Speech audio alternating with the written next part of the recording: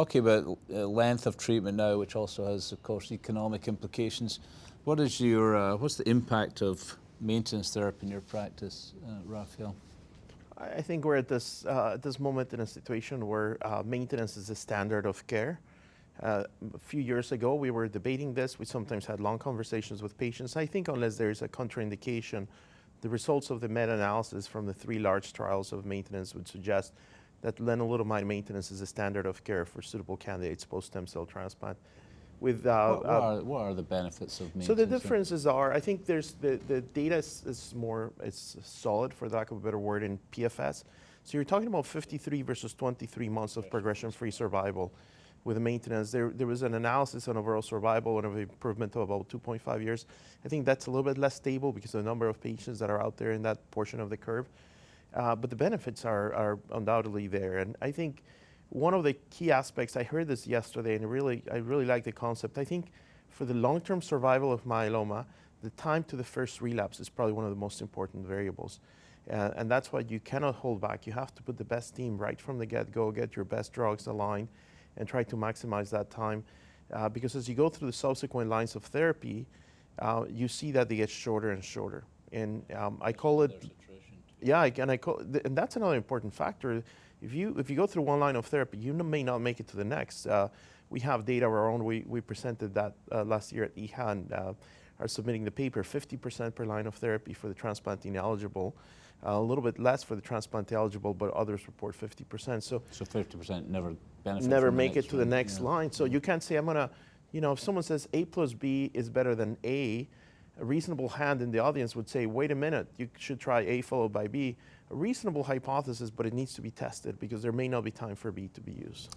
Now, putting your societal economic hat on again, do you treat with maintenance indefinitely, or do you see that there's an endpoint where the cost-benefit ratio starts to diminish? I mean, the short answer is we don't know, and I think I always make my decisions based on what I think is best for the patient, and I let others decide what's good from payers or society perspective. I think there's a reasonable argument to be made that time limited may be sufficient. I am hopeful that in the near future, as we bring in MRD testing, that we'll be able to truncate therapy at the time when we think there's a sustained MRD negative status that would allow the patients to be spared of toxicity of maintenance. And what's your own practice? Do you keep people on forever, or do you stop after a while? So I actually currently keep them for as long as they tolerate until there is disease progression. Same here. But I want to get sort of patient perspective. I'm a doctor, so I interact with my patients and kind of try to get into their shoes. So some of the points we made earlier, get good response, treat long so this good response is achieved, are eventually rewarded with 2 important things which patient experiences. Number one, if they do achieve, and probability is now 60% or something like that, the disease is not detectable, and they go into long-term maintenance therapy. There is this sense of comfort that maybe my disease is really gone and maybe never comes back, maybe I am cured, and that we know that this is achievable. That's number one. And the second is that they actually are at this stage of the phase enjoying normal life on maintenance, and that's all what they have, and almost no or minimal toxicities. Do you treat indefinitely, or do you stop? I do, but because we have such a, indefinitely, but because we have such a high pool of patients who achieve this long-standing remission, we are more and more scratching our heads.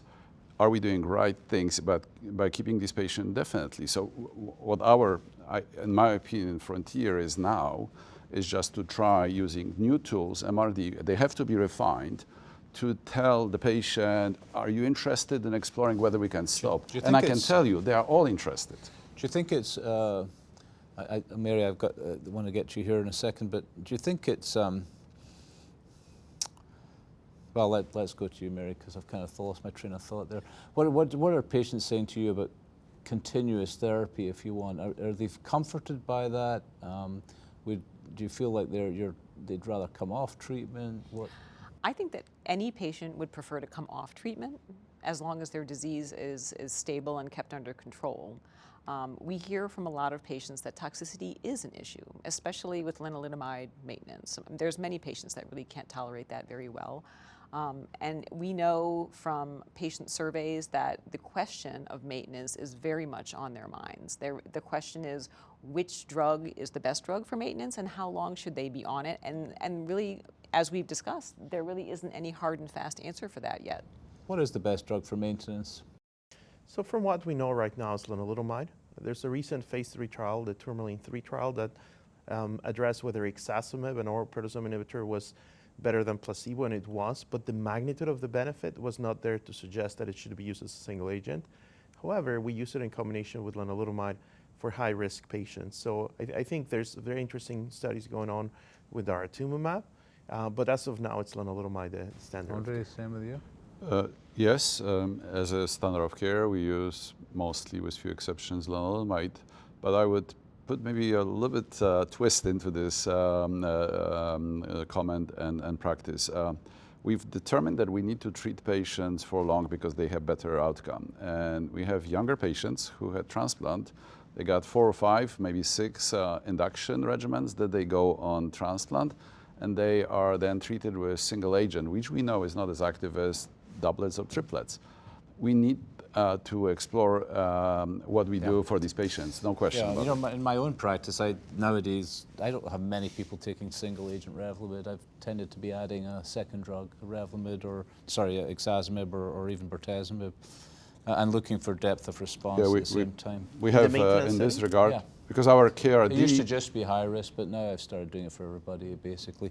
You know, a lot of these trials are based on progression-free survival, and just very briefly, before we run out of time here, is that enough, Raphael or Mary, to justify the expense? Do we need to see overall survival before you would recommend payment for these medications? Maybe we'll start with you, Mary. Do we need overall survival? Is PFS enough?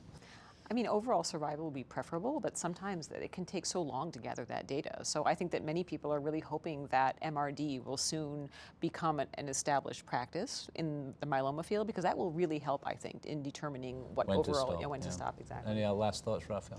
It's all about trade-offs. If you want solid data, overall survival, but you're going to deny the drug for many years for patients, I'd rather go with the potential that PFS has consistently shown an improvement in overall survival across the board in most myeloma trials, and I think that should be used. But I'm like Mary, I think MRD is going to shorten the time to decision-making based on we this did just see trials. one pretty spectacular example where that did not happen with but venetoclax. But we don't talk about the benefits of the ones that we have already treated. And when you actually look at the numbers, I think the benefit has far outweighed the risk, even the challenges with the recent clinical trial. Very good. Thank you.